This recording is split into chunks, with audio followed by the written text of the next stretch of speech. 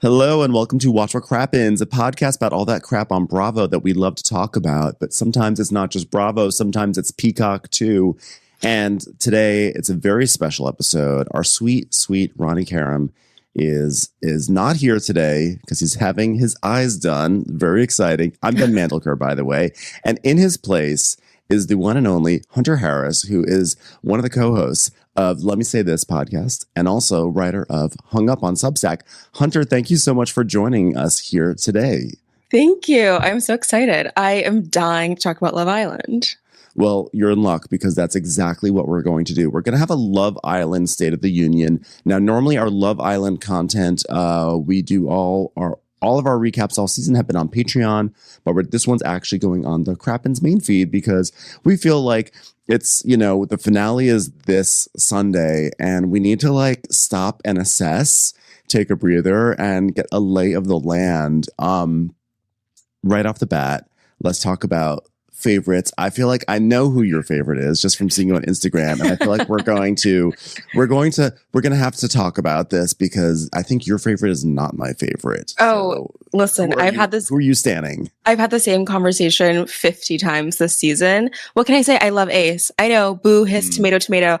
No, Ace is a comedian first, second, and third. It's not Love Island. It's truly Ace running that island as if he's the landlord. And I love it.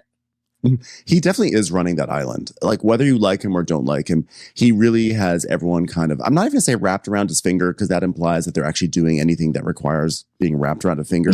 But because they're just lounging around. But he really does seem to be the one that they're all going to for advice and thoughts. And, totally. He's like the wise elder, which is wild because he's like 21 or something like that. Yeah, the wise elder at 22 years old.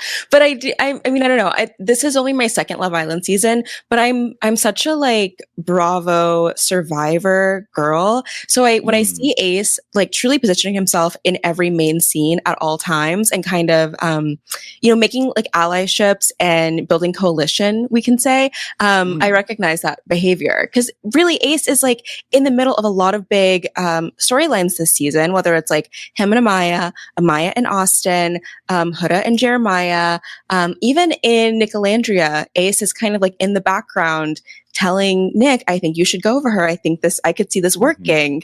And then in addition to that, I don't know if you've noticed, but everyone who does an exit interview after they leave the villa, they all said that they think the strongest couple is Ace and Shelly. And I think that says a lot. Yeah, I mean, it's so funny because you mentioned that Ace is in the middle of the storylines of Amaya and Huda and Jeremiah. I'm but he was a terrible part of those storylines. He was the villain in those stories. He was the bad part of those stories, right?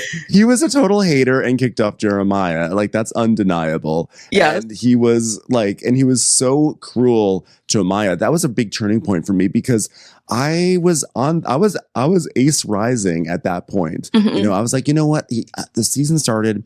I thought he was going to be just terrible. I thought he was going to be a total fuckboy. Mm-hmm. I thought he was going to just every new bombshell that would come in, he would just drop him, leave for the next one. I thought he was going to be awful. And then I was wait a second, he's not like that. And I started to like him. And he is so darn cute. He is so cute. The dimples, he's so cute. The camera loves him. He is adorable. But so I was oh my God, I think I like Ace. And then he was so mean to Amaya. I have not been able to get over that. I think it was so above and beyond cruel.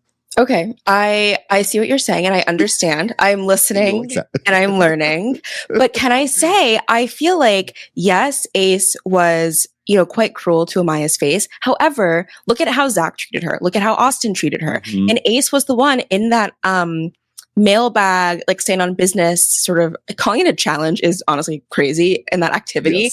Yes. Where he says to Austin, you were feeling this way about Amaya for days and didn't say a word to her face. You were telling all the guys a different story, but to her, you were saying okay, whatever, begrudgingly saying next to her. And Zach with a K, who mm-hmm. I was he's gonna break up, shake up the villa because he's so hot. But then I saw those yes. Big veneers and I was maybe not. Yeah. But even Zach was for days. Oh, truly. And even I thought his tattoos were so hot, but anyway, I digress. but Zach was like acting like he was into Amaya. And then all of a sudden, in front of everyone, switched up and was like, actually, the babe stuff is too much. The like affection is too much. And Ace was the only one who was at least willing to like not lead her on, string her along, which he didn't handle it in the best way, but also I don't think he handled it in the worst way. Okay, I mean, boy mom right now. I feel like sure, he can get credit for being like upfront and honest.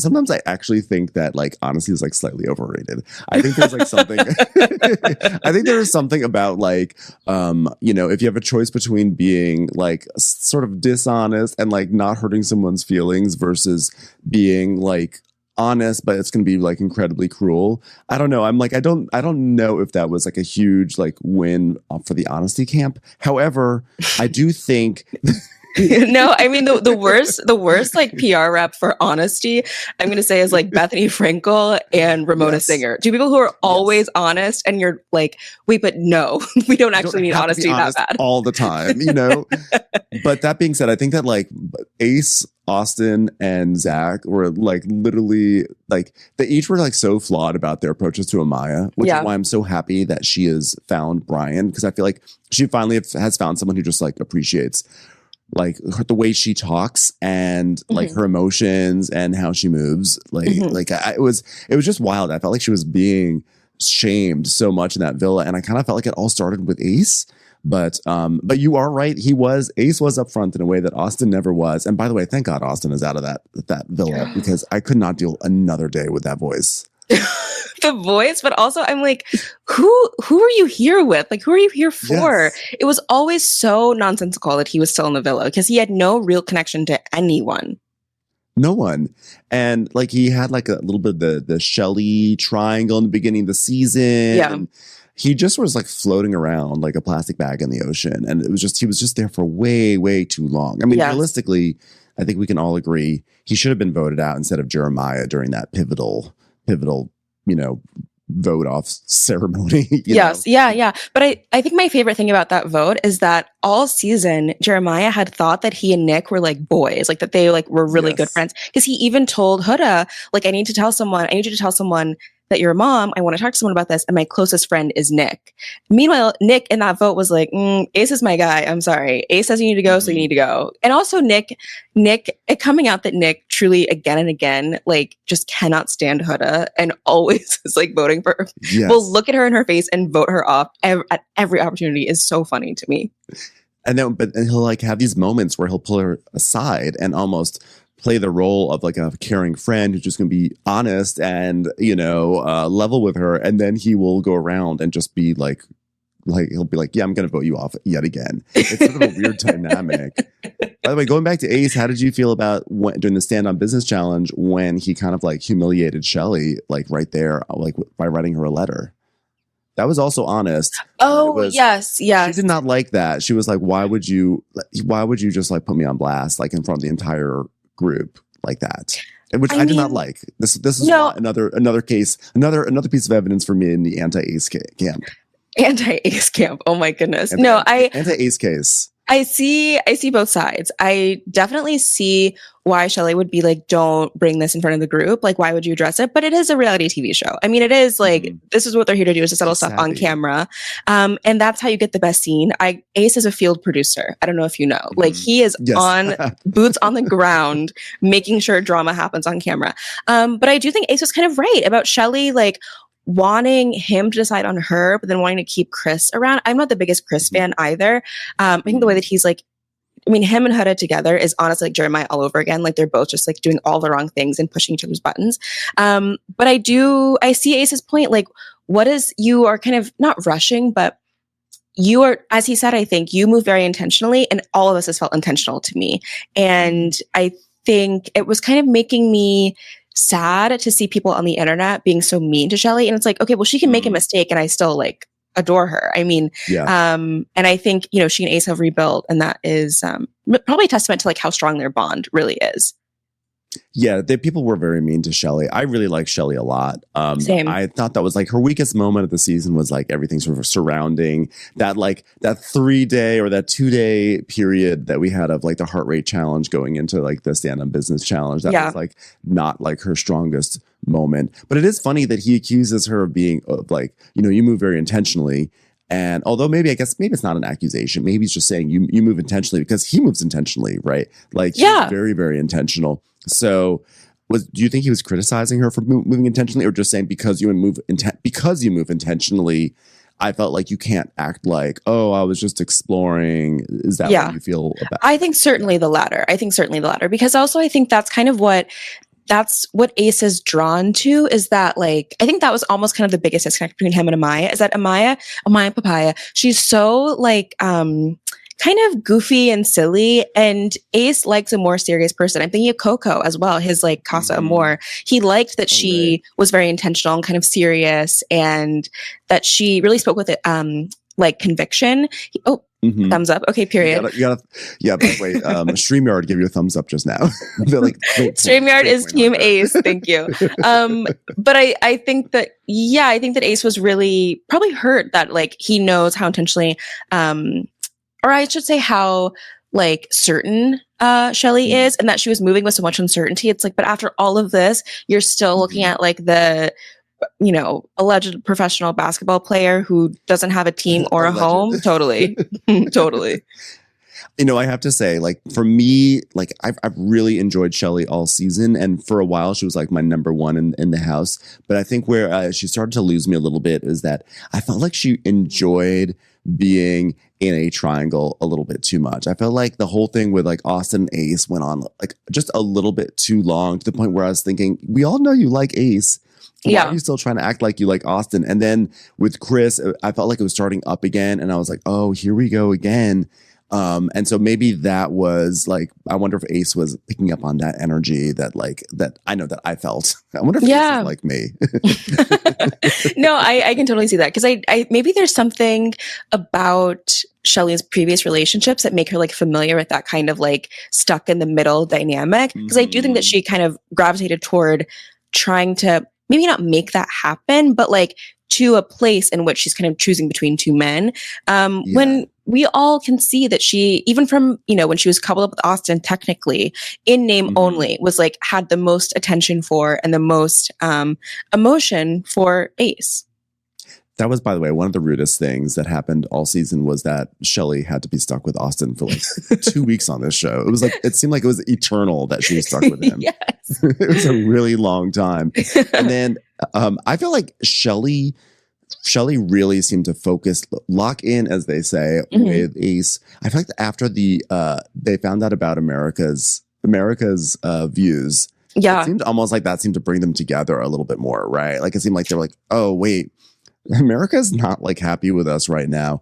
And I wonder if they had this moment of like, well, we know that we're good. And that somehow made them kind of say, you know what, fuck all this other bullshit. Like, let's just focus on us right now. Did you get that vibe? No, I think that's very perceptive. Yeah. I guess I noticed individually how Ace and Shelly had both kind of ranked themselves a lot higher than America had ranked them, which they are both high in my heart. I'll say that. Okay. But I do think that they sort of bonded over it. And you can also see in the same way how Taylor and Clark, after both being ranked at the bottom by America, I was like, ooh, but that's how I felt. So I wasn't mad. But I think that a lot of the couples really locked in after seeing, who could be a potential winner based on like America decides. Because I don't know if you noticed, but Zach also, after all they said about Amaya during that sit on business challenge, then once he sees how high Amaya is getting rated in all of these like little games, then he's like, oh, actually I've like Amaya Papaya, like I have so much love for you, da da da. And it's like, but just a minute ago you were telling her that you didn't want to kiss her in Casa, and it was like a peck. Bullshit. It was just so crazy. And now he's switching it up 100% once he sees that like America, that she is kind of like the people's princess. That's when he was totally like done. I already thought he was sort of garbage for calling her out during that challenge, which I thought was totally bullshit. But then when after the stand on business challenge, when they had that one challenge that went forever with it to like slam through doors. Yeah. And like then he pulled her into the ball pit for like an extra kiss. And I was like, oh, you're a big faker. You saw that she's really popular. This is all bullshit. I've lost all respect for you, Zach. I'm sorry. There was a moment in time where we all thought like Zach and Amaya were gonna like take over. And then I was like, no, this dream is completely dead. I also think, by the way, the reason why Shelly and Ace came back together after that challenge is because they probably realized like, oh, America doesn't like us because we're doing all this like triangle stuff, like everything with Huda and with Chris and the whole thing. They're probably like, oh, people don't like us right now. We should probably stop with this bullshit. Just focus on each other. Yeah. So I think again, their savviness kicked in there. But either way, I don't want to like fixate on them because I love that you love them, because I think what's so important when you watch reality shows is that you pick your favorites and you just go with it and you have fun with it. And you like, like you just do. And like you defend them even when you like, I've had so many reality stars that I've enjoyed that I can't really defend, but I just will find ways to defend. I'm not saying that you're like coming up with like workarounds, but I'm just saying like, no, I get it. I think it's great. That's the best part of reality TV. You can tell that I was raised on Nene Leakes Atlanta Housewives, where it's like, well, listen, she's not always right, but she's never that wrong. And that's just kind of how, Did you see, by the way, Ace's tour of his home, or is like? Oh, I've seen a little bit of it. Yes, but I haven't watched it all. I've been watching his like dancing videos where like teaches people like in foreign countries and like big Zoom rooms of like 30 guys how to dance, and it's so funny. It is really funny. So the big thing that happened, I think last night or this morning, is that Sierra issued a formal apology, and I actually haven't seen it yet. I just woke up this morning and I read it, and I actually couldn't find it. Instead, I got distracted because I found out also this morning, because I'm like a very savvy internet person, and I'm like always at least like 6 days behind. I found out that Clark is like a meme at the moment. Oh, yes. Clark it. I had no idea about Clark. So I think I went to look for Sierra's apology video, but then I wound up going into Clark it content instead, which is not what I expected. Listen, at first, I did not like Clark because I honestly just found her kind of annoying. And then I didn't like how she was just kind of moving in the Alandria conversation. Like, I understand what she was telling Alandria. Like, I don't like that you called me and like my relationship, which I feel like is very valid, a test, which I have to go with my girl. If Alandria says you're a test, you're a test. Mm-hmm. Yeah. Like, fair. Okay, I hope you pass. I don't know. But I did start to like her more. I am happy that she's gone because I could not have Taylor in my villa any longer. But I think also Clark is like beautiful too. Yeah, I had a moment like there was one episode, I think like last week, where she was sort of on her side and like the light was hitting her, and she just, I was like, this woman is so beautiful, and we were just not paying attention to her because we just the hate Taylor so much. Yeah, and I think that she's also an introvert, so she's not really very interesting on camera. And I think that's very true. I think we just don't really pay attention to her, and I was like, she's beautiful, but I was okay with her to go because every time that like you'd be watching the show and then suddenly it's like, oh, it's a Taylor and Clark scene. I was like, I can't. Truly, it's like their little date. I was like, can I fast forward through this? Like, I don't care. I don't care. And every time Clark says something that I love, she follows it up with something that I'm like, I roll to the heavens. Like when she, during that date, she told Taylor, like, you always tip 20%, no matter how good or bad the service is. I was like, okay, period. Love that. And then like, the next 2 days later, they were talking about like what their wedding would be like. And she's like, oh, I really wanted like a sexy, like lingerie shoot with my future husband. I was like, okay. So the pick me to end all pick me is understood. Like whenever I want to see it for her so bad, she does something and I'm like, girl, I can't support that. I know. We're just going to let them go off and have their next, like Taylor. Okay. Before we get to Sierra, as long as we're talking about Taylor, I have to say, like, I kind of feel like when they cast Taylor, they were hoping to like capture the magic of what's his Serena and Cordell. Yeah, totally. I think they wanted someone like Cordell, sort of scrawny in stature, kind of goofy and silly. And Taylor did not deliver on any of those things. He was, to me, I thought he was a painful watch. He just never really developed any personality. I've been watching Love Island for many years now, like UK primarily. And there are people who they come in and they're odd and strange. And then by the end of the season, they have like blossomed and you've like peeled away layers and you just, I think Amaya is like that, honestly. I mean, that's how I think of her ascendants. Yes. I think last season, Cordell was a great candidate for that last season, but also like Miguel was a great candidate last season where he came on just like beefcake, but turned out he had a huge amount of personality and silliness, and Taylor, I'm telling you, I mean, we spent 6 weeks with this man, and there was nothing to peel away. Not a layer, not a thin membrane, nothing. Right? No, I think you're so right. Even like watching Taylor during the heart rate challenge, that's when I was like, honestly, flip the table over. I'm done. I'm done. Yes. Because if you can't even, it's like Love Island. It's obviously a show where you like, your only task is to look hot, wear swimsuits, and make out and like try to like build connections with people. And he has failed on all of those accounts. And I don't like that he just like kind of hung out just to stay around the boys. And what I really didn't like, which this is like actually when I completely was like, there's nothing more for me to see with him on camera, was when Nick and Alandria came back to the main villa after like they'd both been dumped. I know what you're gonna say. Taylor jumps over Alandria to hug Nick, who he truly had not seen in maybe 6 hours. Like, hadn't seen Alandria in 2 days, which is like months in Love Island time. Hadn't seen Nick in 6 hours and was truly picking Nick up, hugging him so tightly. He was like, oh my God, I missed you. Had nothing to say to the woman that he'd been sleeping in bed with for all of these weeks. I was like, you're so weird. And this is like, he's also just like, not very good on camera. Always like goofy, but not in a fun way, in a kind of like distracting, like childish way. Just, really, really not good casting. Like, that was a real fail. It's time for a commercial. It's time for a Crappens commercial. I'm surprised they weren't able to kind of like get him out of there sooner. It's because Alandria was so set on him, and she is so, everything that makes, him annoying and like a nuisance is what makes her so captivating. Like, she's so beautiful. She is so expressive. She is so good at like, talking like in the confessionals, like leading you through like her thought process. Also has a lot of friendships in the house. Also is like very set on showing her connection, how she feels. And Taylor reciprocated none of that. And still at the first opportunity, I was like, please get him out of this house.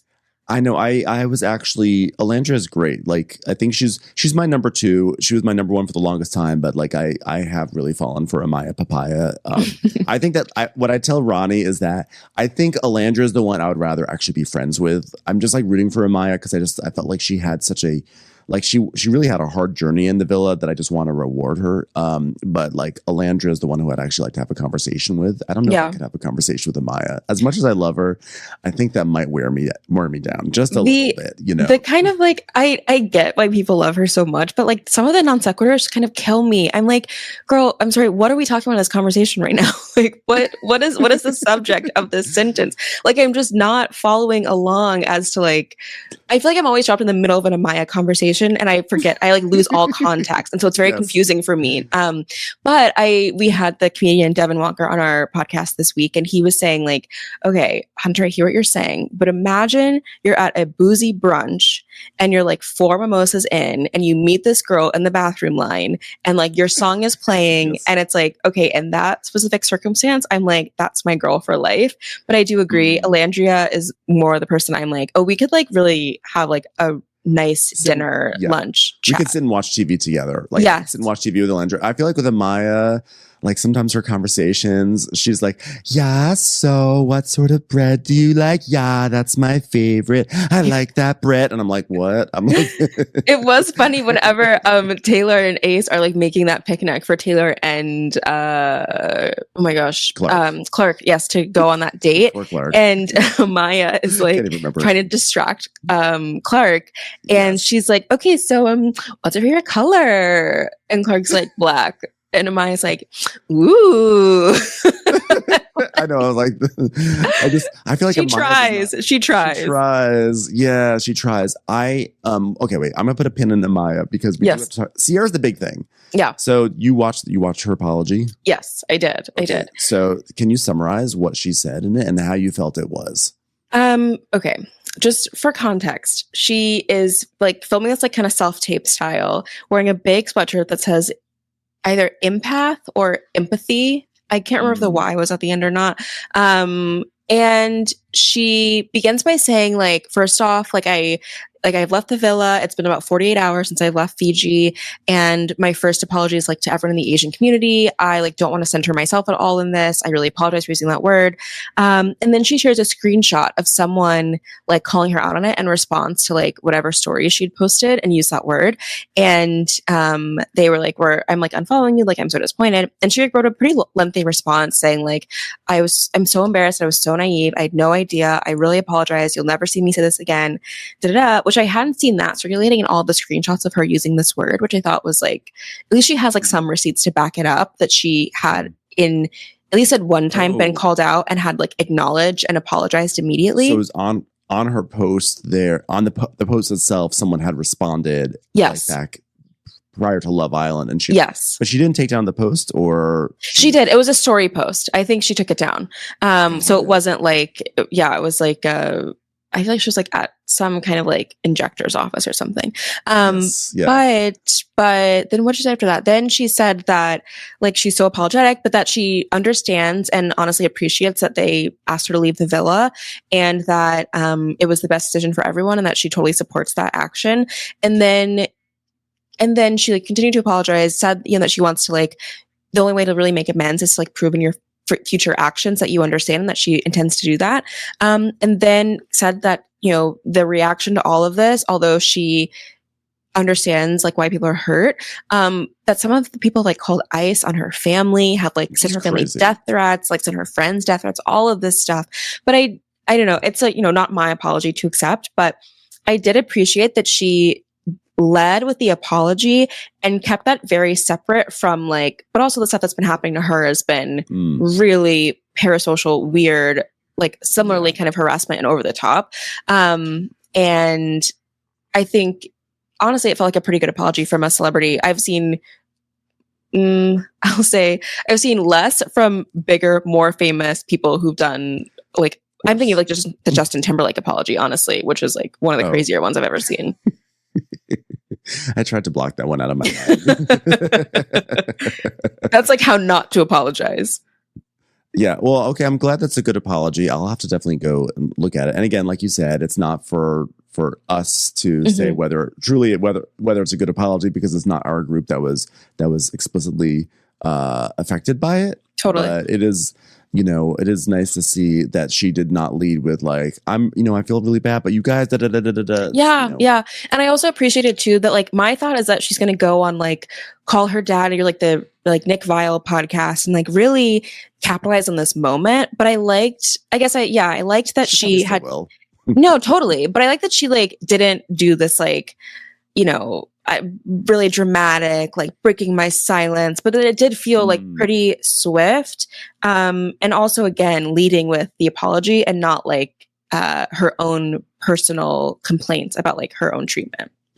Yeah, I think the stories that have been coming out over the second half of the season, like the toxicity in the fan base is terrible, because first of all, people shouldn't be acting that way. I mean, calling ICE on Sierra's family is like really so vile, especially because like ICE is doing such terrible things in general, and actually like we don't want to engage with ICE at all and do things like that. I just think that's actually like so offensive to me. Yeah. That anyone would do that, and I just feel like that's like so shameful.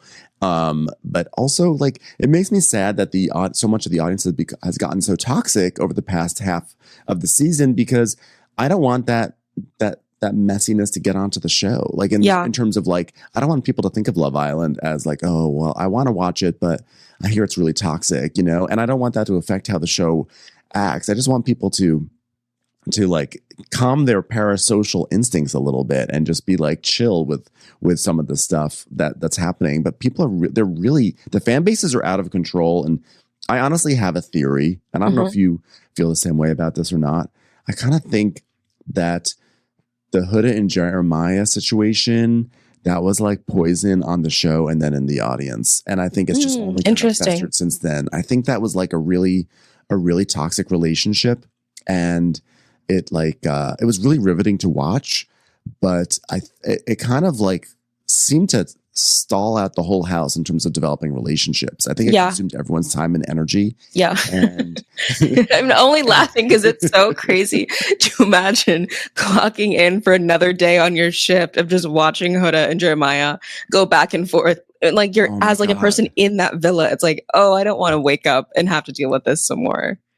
Yeah, I know. And I think that somehow, I think that's like that's just started to affect the audience in a weird way. Like I don't have any empirical evidence, but I have to imagine that's where this all started. And I think that the Stand on Your Business challenge was very messy for Love Island. Love Island's a messy show, but that one was a challenge where they were like, let's get these islanders to directly combat each other. Yeah. Which we don't really see too often. It's usually like passive aggressive, challenges. Yeah. So I don't know. I mean, how do you feel about the levels of toxicity on this season? Do you think they're overblown, or do you think they're no, I think they're very present. I saw someone say that people tried to call Child Protective Services on Huda for like leaving her child to go on this show. And it's like, but wait, what? I mean, I think Huda is an interesting case because as much as I do think a lot of like the ire directed toward her and the Jeremiah stuff was a lot of misogyny, her behavior in that relationship was almost as toxic as his. Like they were both kind of locked in this real just smog of like both of their projections and like both of their just miscommunications and misunderstandings. But still, I think that it kind of unleashed a level of like both vitriol, maybe from like higher investment in this couple, because I think you're right. I think that's very perceptive.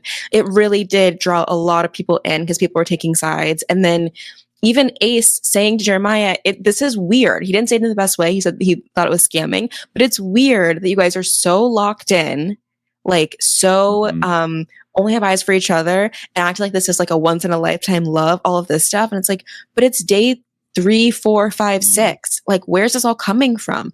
And that a lot of the other people in the house weren't setting up for Jeremiah and that. It was only, knucklehead Austin, I think says a lot.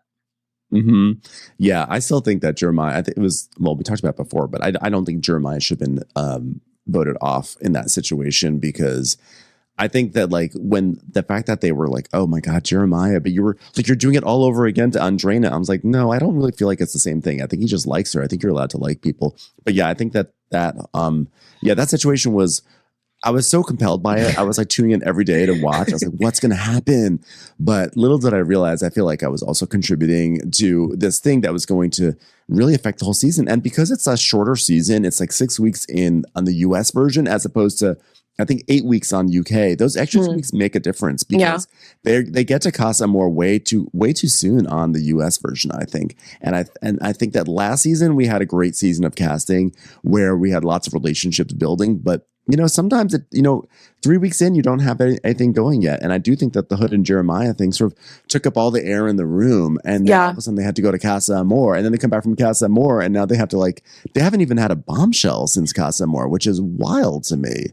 But then I think it's so weird because it feels like some people have been so locked in from the very beginning, but then you're like, but who have been the main couples? Like no one since day one, really, which is, not like last season at all, I would say. But I don't know. With Jeremiah, I truly feel like the house just collectively, the mood was like someone has to go between Huda and Jeremiah. And if it has to be Jeremiah, then it has to be Jeremiah. And I think Ace saw that coming because that needed to end because it was only going to continue even after America had decided that they need to be uncoupled. It was still more drama. It was still more of like Huda. Have you seen people compare her to Sadness from Inside Out?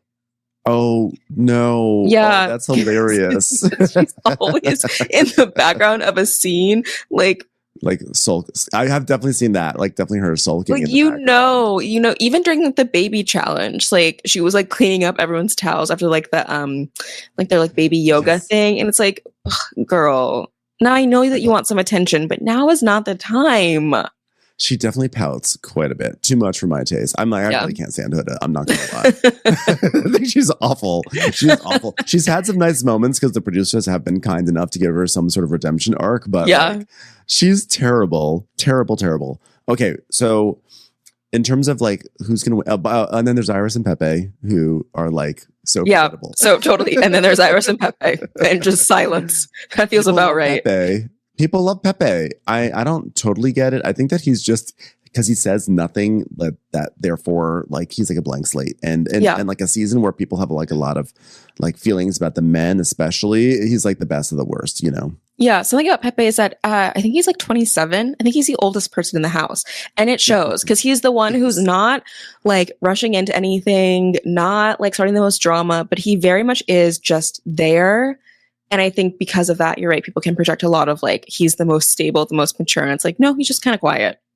Yeah, they're just kind of boring together. I mean, they're fine. I've always, you know, Iris is nice. I enjoyed Iris. I enjoyed her thoughts on crows. And remember that one day she was like, guys, you know what I want to do? I want to get a bird. I was like, okay, great. Thanks for the update. Iris doing that, like, would you rather challenge? I was like, this is kind of the most you've talked all season is like talking about crows, talking about would you rather, and telling Sierra you should be mad at Alandria for kissing Nick. I was like, okay, girl.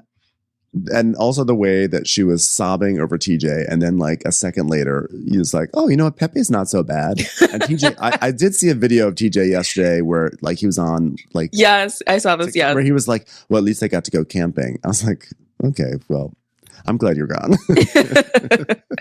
Oh, so Nick and Alandria, do you feel this? Do you feel like this is a real thing, or do you feel like this is a last ditch effort? I mean, have you been a Nicolandria person in general? I know you're a Alandria fan, as am I, but do you ship, to use the words of the young people, do you ship Nicolandria? I will go to war over the two of them together. I love them as a couple, and I'll tell you why. There's one scene, I'm actually writing mine in the newsletter right now.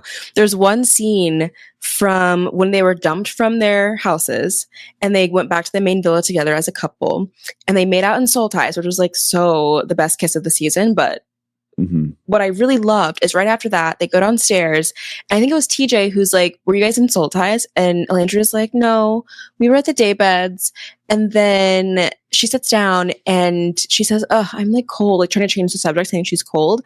And Nick, mid bite of a cookie, takes off his shirt and gives it to her. And then Clark, it's like cinematic. Clark comes in with Taylor and Clark's like, where did your shirt go?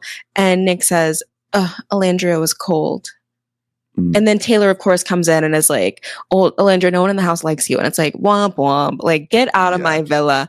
But I do think that they always gravitate towards one another, and not just like from a produced way of like they were set up after they were both dumped, of course. But I think at every opportunity, even night 1, night 2, Nick would always want to kiss Alandria. Alandria loved kissing Nick. And even in like that one like random door challenge, they would Nick chose to partner up with her for that challenge. And then we cannot forget, Nick was whipping the votes to keep Alandria in the house and told Clark straight up, you've only been in this house for 2 days. Taylor could change his mind. Alandria needs to stay. And I said, that's love. Yeah. That's love. Commercials. Here comes one right now.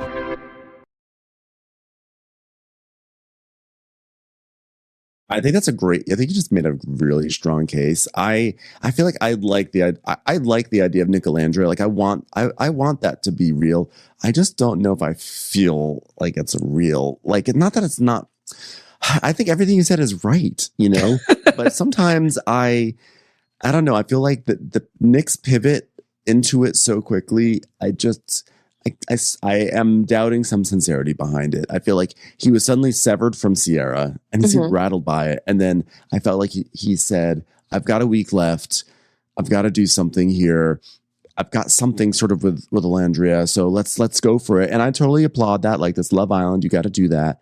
But I don't know if I feel the chemistry the way other people do. And I want to be in the Nicolandria haze, you know, but I'm not quite there. I mean, if they win, I'll be happy for Alandria, but they're not. Yeah, I don't know. I want it to feel more vibrant for me, and it's just not happening for me. But I also think that is this a Ben problem? Do you think it's something wrong with me? I think a little, but I think that maybe something that you're picking up on is that Alandria has been quite guarded in this relationship because she was so set on Taylor. And even the morning after they made out in soul ties, she did say like, okay, I felt really bad because like Sierra is my friend. And but what she didn't say is that she's still so stuck on Taylor. And it, I think, required Taylor saying in that Stand on Business challenge, like, if you want me to pick between you and Clark, guess what? I pick Clark. For her to be like, okay, this is totally over. I need to like start opening my mind. And because she did not have eyes for anyone else. Even and that bothered me. Yes, That bothered yes. Because she really put her eggs in that basket. And then every time she said, oh, we really, but we've been building something, we've been working towards something. I'm like, what are you talking about? It was never really there in the first place. I know. And even who I can't remember that guy, the other country boy who came into the house with a bombshell. Yes. I thought he was so cute. And I was like, why can't you see that he is taller, thicker, like more into you, more like curious about you? Taylor is like the definition of a guy who goes on a date with you and doesn't ask you one question about yourself. And it's like, well, how is this going to work? Like, yeah. I'm concerned that Alandria is someone, she's very principled. And I think that like she has this idea of like, oh, well, I see something in this guy. I think this could be something. And I'm not like a fly by night person. Like if I see something, I'm going to follow it through. And I think she was like very much dedicated to this like idea that like, if there does seem to be some potential, I'm going to do whatever I can to make like, it's not going to be my fault that this doesn't work. And I kind of wanted her to just sort of assess halfway through and realize this is not going anywhere. You're like begging essentially for him to kiss you. And especially when he came back from Casa and was like already, he connected with Clark. I can't even begrudge him for connecting with Clark. You like who you like. And she still was like, oh, well, I'm in consideration. I just wanted her to move on so much. And, I think that's why she couldn't. That's why her kind of monologue at the fire pit during that sit on business challenge just kind of felt so flat for me. Because it's like, she said, I've been supporting you through everything. I've been taking scraps. And it's like, but sweetheart, I say this with love. No one has asked you to do that. No one has indicated that is going to get you any closer to getting Taylor. Because in the reality in which we all live, he would sleep. Have you seen the screenshot of him and Alandria sleeping in the bed together where Taylor is all under the covers and she is like truly in the wind, like has nothing on her. He just has everything on him. Yes.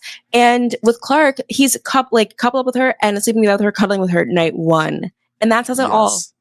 That says it all. And I just wish that she had explored more in the villa. And like, she's very guarded, and I feel like in life it's good to be guarded when it comes to dating. I mean, good and bad, obviously, but like, it's not the worst thing in the world to like have some sort of standards that you keep for yourself. But do you think that you should be so guarded when you go into Love Island? Do you think you should move the way you move in the outside world the same way as you do in Love Island? No, because I mean the Iris and TJ to Iris and Pepe thing kind of really speaks to how you really have to be able to pivot. And I do kind of like between Iris and Pepe how they had both been in the house together for days and days and days, and like there's never a spark, and then it's like, I don't know, like the light hits just right, TJ's gone, she kind of looks at him for a little bit too long, and it's like, oh, maybe there is something here, which is kind of my favorite thing about this show, because wherever you think there's, oh my gosh, all is lost, what is Iris going to do now, then she's like, maybe it's Pepe, and that's sort of nice. Same with Amaya. I mean, it's like Amaya had been in the house for weeks, no one was interested in her, she was not really feeling anyone else either, truly, and then here comes Brian. And it's like, that's so nice. I wish that Alandria had been a little bit more open, but then again, I do feel like it's not a coincidence that at every chance, like that she could, form another connection, it was always like a little bit platonically with Nick. And I think now she's like being dissuaded from that. I think she's realizing that she has to let her guard down if she wants to really truly do the Love Island experience. Otherwise, if you're going to act the same way you did in the outside world, then what's even the point of coming into the villa in the first place? Aside from like fame and influencers, and, like numbers and all that stuff. Yeah. So, okay. So predictions. Who do you think is going to win? Why don't we do? Let's even make it spicier. Who do you think is going to be in the top three? And who do you? I think I know who you want to win, but say it anyway. It's predictions. Okay, I think Amaya and Brian, and okay, so we see what StreamYard is with. Actually, I think it's actually Apple. Apple does this thing for people who are watching. People who are listening, they don't see this, but for people who are watching, every now and then, if you do a certain gesture on your MacBook or something, it'll send like balloons up or thumbs up, thumbs down. That like it always seems to happen when you're like giving an opinion. It's like the internet is agreeing with you at this moment. It's just like a true cosign. Absolutely, Hunter. Yes. Right. I think final three is going to be Amaya and Brian, Shelly and Ace, and Nick and Alandria. I don't know. I honestly feel like Shelly and Ace might be on the chopping block because a lot of people who I did not expect this are voting for Iris and Pepe. And I'm like, What? I know. It's shocking me too. Chris and we didn't even talk about Chris and Huda, but do we think that that's over, or do we think that they're just starting their first fight? Their first, the pattern is beginning. I truly think it's over. I think Chris was so, and I think he was kind of right to be a little bit like, I think Huda is like overcorrecting from the Jeremiah. She's like taking all the wrong lessons. The Jeremiah thing wasn't an issue because it was PDA. It was an issue because they both would just like go around and around and around, have the same conversation, the same fight again and again. And I think everyone. Exactly. And I think Chris is already kind of frustrated with her and has like a much shorter temper, honestly, because he just is more arrogant and egotistical because he is a ball player. So he says. But I also think, did you see the last elimination? Chris looked like he wanted to make himself leave the villa. He said, get me on the first flight out of here. I cannot take this anymore. He was done. This is the first time that I've ever seen the baby challenge on Love Island actually be consequential. Like they've done that on the UK for years. It's like my least favorite because it goes on forever. And like here it really affected Huda and Chris. I think if the show were still had a few more weeks in it, I think that'd still be, the roller coaster would go on for like another week or so. But if they're about to get out of the villa, I think they're just going to go there. He's going to go off and bang some randos at clubs, whatever. Like he's going to live his fullest, and she'll do whatever she does. Whatever she does, whatever Huda does. Be annoying, deal with it. She's gonna have to, she has her own controversy she has to deal with when she gets out of the villa. Little does she know. But, you know what I'm talking about, right? No, what? Well, there was people were up in arms because. Oh, yes. But like it's a debate about whether or not she actually said it, et cetera, et cetera. Like when she was lip syncing along, it's its own can of worms. I just can't talk about Huda anymore. I'm sorry. Like I'm like, what? Honestly, whatever. Like, just let's move along, please. I don't understand that. I don't understand how she has so many followers. Okay, so I think Shelly and Ace are going to win. I think the momentum has moved towards them. Just like my sense, like when I always go onto Twitter and I every morning I'm like on the hashtag Love Island USA. And all the chatter is about them. And I think that the vibe has shifted. I think the narrative of this week, which is really all that matters, is that they've gotten through the rough stuff and now they're together. And the truth is they are a good couple together. And I think that like Amaya peaked. I think that like so much of Amaya's story was that like she was always getting shat on, but now she found a guy, and I feel like there's a sense of like, oh good, well that's tied up and done. And I think people are going to, I think it's going to be Shelly and Ace. I think it's going to be Shelly and Ace number 1, Amaya and Brian number 2, and number 3, Nicolandria. And although Iris and Pepe could be a weird, no, I'm going to say Iris and Pepe as number 3 now. Over Nicolandria? I think they've got the bland vote, Yeah, that's true. There's always people who vote for bland people. Yeah. I love Shelly and Ace together so much, and I do think from day one you could be like, that's going to be a couple. They're a couple. They're going to stay together through this whole thing, which I like. I think with Amaya and Brian, my only sort of hesitation in saying that they could win, like the only thing that's like holding me back from being like definitively they're going to win, is that people like Amaya so much, but like the depth of her connection with Brian is really just not there. I mean, we saw them in the Hideaway together. It was just like, they have fun together. Totally right. That's a relationship that like you date for 6 months and then he simply ghosts you and never talks to you again. And you're like, but wait, I still have like stuff at your apartment. Like it's just not, 100%. It's not there. And the same way that like Ace and Shelly, and even sort of like Iris and Pepe also are like, not the deepest relationship, but at least they like talk about more than just like the daily drama, like they kind of like just whisper together. And I'm like, okay, totally. Whatever you guys say. Yeah. I think, I think we're all rooting for Amaya and for Amaya to be in a relationship. And we all love that Brian was the only one who stood up. Yeah, totally. Against Ace. I'd like to point out against Ace for Amaya. Against Austin, you mean? And Austin. and Ace and Austin and Zach, all of them. He was the only one who stood up for Amaya in that moment, and we all like that. And so, but I do feel like we do get a sense of a deeper connection with Ace and Shelly. And I think that the audience is going to respond to that. I think it's going to be Ace and Shelly are going to win. I'm going to say that right now. From your lips to God's ears. I love Ace. I would love to see him and Shelly winning. I mean, truly, I love Ace and I love Shelly so much. And even before they coupled up, I was like, those are kind of my two favorites. Well, I love Shelly. Don't really like Ace that much. She drives me nuts, but that's okay. If that's a Leo man. I will listen. If they win, I will be happy for you because I know you'll be so delighted. And I'll be happy for the people in our audience who are also Chelace fans. But thank you, Hunter, so much for coming on today. Please tell everyone where they can listen to you and follow you and do all the things. And everyone should, because Hunter does some really good content. I'm just thank you. Thank you. You're the Shelly. You're the Shelly. I wanted to say the Chelace, but I'm like, not really. I just can't say that sincerely. You're the Shelly of content. I'll say that. Superstar. Thank you. That's really is high praise. Because the feeling is mutual. But I have a podcast that I co-host with my best friend Peyton Dix. It's called Let Me Say This. You can listen on YouTube and Spotify and wherever you find your podcasts. And I write a newsletter called Hung Up, and it comes out twice a week. And we have just the most fun conversations about everything from Love Island to I don't even know, Drake's abs, all of that. So I hope you join me.